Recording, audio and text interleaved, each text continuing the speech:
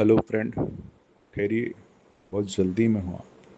हमारा एक दिन का चैनल अगर आपके सामने है तो रुकिए, इस चैनल को लाइक कीजिए और अर्ली 30 लाइक्स में शामिल हो जाइए। और बहुत ही ज़बरदस्त हमारा ये एंड का एपिसोड चल रहा है ना, राजू पप्पू का, जो आज उनको बताएंगे कि उनकी कमाई वो कहाँ से कर रहे थे और घर परिवार की ज़रूरत को किस तरह से पूरा कर रहे थे। तो हम वहीं रुके थे कि बस राजू के पप्पा सबको बोलते हैं तो बच्चे लोग और घर परिवार बोलते हैं कि नहीं पप्पा, रहने दीजिए, हमें कुछ ज़रूरत नहीं है जानने की, आप जो भी कर रहे होंगे, जहाँ से भी कर रहे होंगे वो अच्छा ही कर रहे हैं और अभी तक आपने हमें बहुत अच्छा ही दिया है और हमारे लिए बहुत अच्छा किया है। फिर भी राजू के पापा सबको बोलते हैं कि अब आप सुनिए, पत्नी को बोलते हैं आप भी सुनिए और बच्चे लोग आप भी सुनिए। मैं इतनी सब तकलीफ़ों में फंसने के बाद में मुझे कोई रास्ता नहीं दिख रहा था, तो एक दिन मैं जाके जंगल में वीराने में सुनसान में जाके मैं बैठ गया था। मैं सोचा कि कुछ वहाँ से लकड़ियाँ या कुछ काट के ले आऊँ और सूखी लकड़ी को बेच दूँ तो कुछ पैसा मिल जाएगा।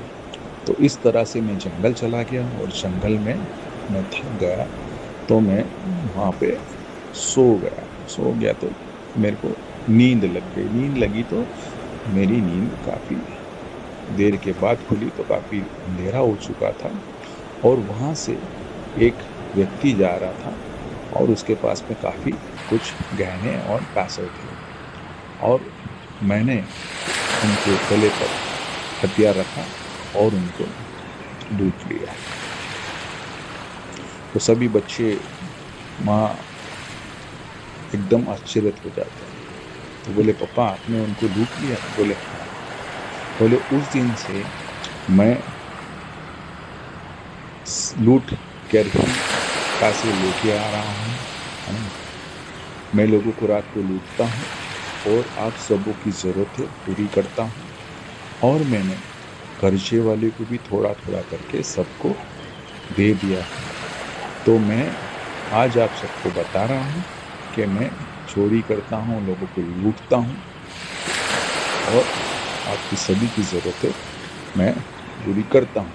तो अब मेरे इस काम से आप लोग कितना खुश हैं? अब सबकी ज़ुबान बंद हो जाती है कि क्या बोलेंगे, क्या करेंगे। फिर पूछते हैं राजू के पापा, राजू, पप्पू, सुनीता और उनकी पत्नी को कि अगर ये मेरा पाप है तो मेरे इस पाप में आप भागीदार हो या नहीं हो, आप पाप में मेरे भागीदार बनोगे कि नहीं बनोगे। सब चुप हो जाते हैं, थोड़ी देर के लिए सन्नाटा लग जाता है।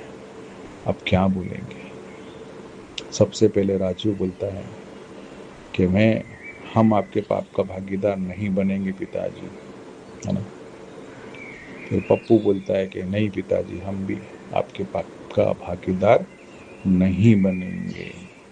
सुनीता चुप रहती और फिर बोलती, पापा आपने ऐसा क्यों करा?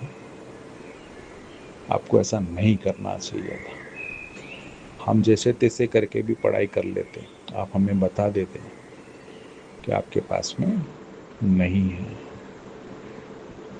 फिर उनकी पत्नी से पूछते हैं वो कि आप क्या बोलती हैं? पत्नी भी बोलती है कि नहीं जी, हम तो आपके पाप के भागीदार नहीं बनेंगे। वहीं राजू का जो पप्पा होता है वो टूट जाता है कि उनकी पत्नी ने उनका साथ छोड़ दिया। अब वो बोलता है, बट मैं आप लोगों के लिए किया ना ये जो भी कुछ करा, आप ऐसा क्यों बोल रहे हो? राजू के पप्पा बोलते हैं। राजू उठ के खड़ा होता है और बोलता है, पापा हमने नहीं बोला था आपको कि हमारे लिए चोरी कीजिए या लूट मार कीजिए और आप हमें ला के दीजिए।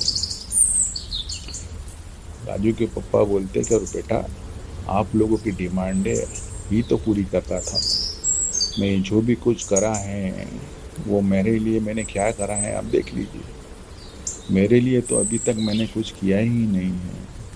जो भी गुनाह भी अगर मैंने करा है वो मेरे घर परिवार के लिए जो मुझे उचित लगा उस समय पर वो मैंने आप लोगों के लिए किया। और आप मुझे इस तरह से बोल रहे हो तो पप्पू राजू दोनों उठ के खड़े होते हैं और बोलते हैं कि आपने हमारे लिए किया है तो क्या ही बड़ा काम कर दिया। क्या बोलते हैं, पप्पा आपने हमारे लिए किया है तो क्या ही बड़ा काम कर दिया। हर माँ बाप का फर्ज होता है बच्चे को पढ़ा लिखा के बड़ा करना।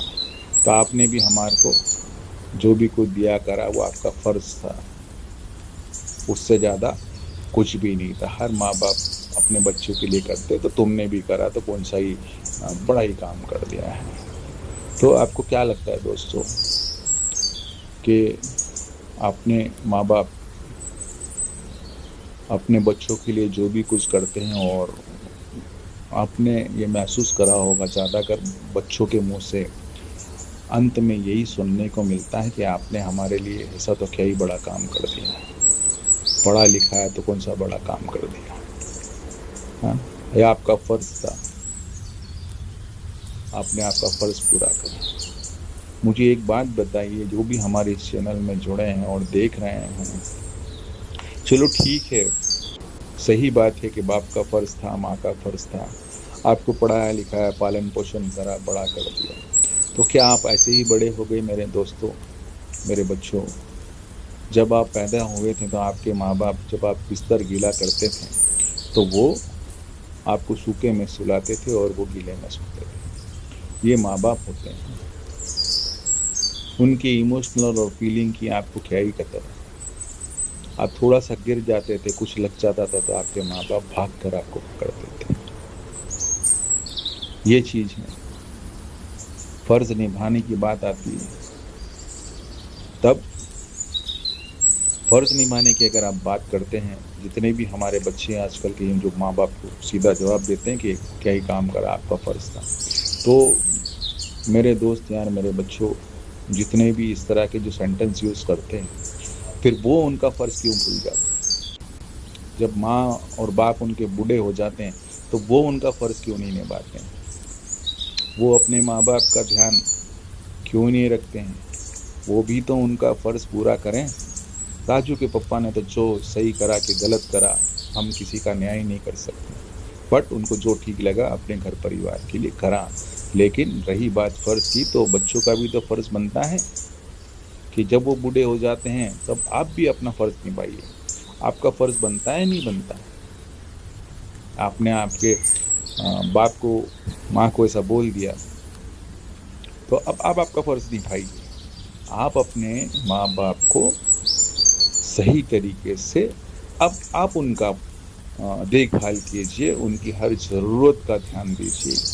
मेरी चैनल में जो भी इस चैनल से जुड़े हैं दोस्तों, मेरी इस चैनल का मतलब कहानियाँ तो है, पर कहानी के पीछे आपको एक मैसेज देना है कि माँ बाप दुनिया में जिस किसी के भी घर में अभी माँ हो या बाप है या दोनों जन हैं, उस घर में एक अनुशासन बना रहता है दोस्तों, एक नियम बना रहता है ना। हर परिवार में एक समय की पाबंदी होती है।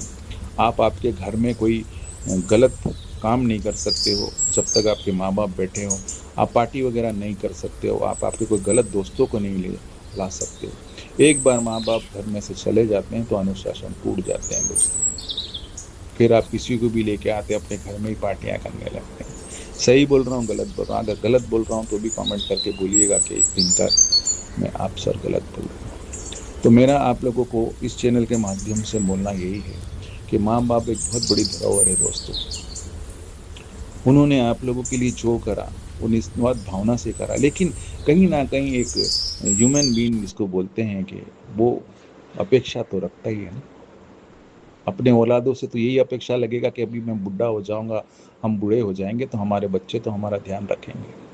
और जब उनकी उम्मीदें टूटती है तो बहुत ही बुरा लगता है, बहुत चोट पहुँचती है।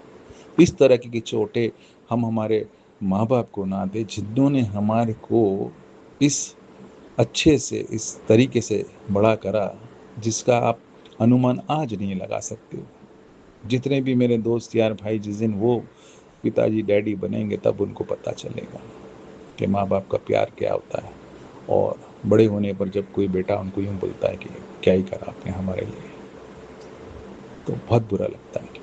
तो अपने माँ-बाप को सँभालिए, है ना? अपने माँ-बाप को एकदम क्या बोलते हैं कि वो जब बूढ़े होते हैं तो वो बच्चे हो जाते हैं, तो उनकी हर ज़रूरत का ध्यान रखिए, ठीक है? उनके ज़रूरत का ध्यान रखिए और उनका साथ दीजिए, और आप भी आपका फ़र्ज़ निभाइए जिस तरह से आपके माँ-बाप ने आपका फ़र्ज़ निभाया है। तो खाली उतना ही कीजिए कि आप भी अपना माँ-बाप के प्रति सभी जो भी इस चैनल को देख रहे हैं वो फ़र्ज़ निभाइए, और अपने माँ-बाप को अनमोल समझिए, और जिनके पास भी हैं उनके माँ-बाप, उनका बहुत ही अच्छे तरीके से ध्यान दीजिए, ठीक है? तो गुड बाय, टेक केयर, फिर मिलेंगे।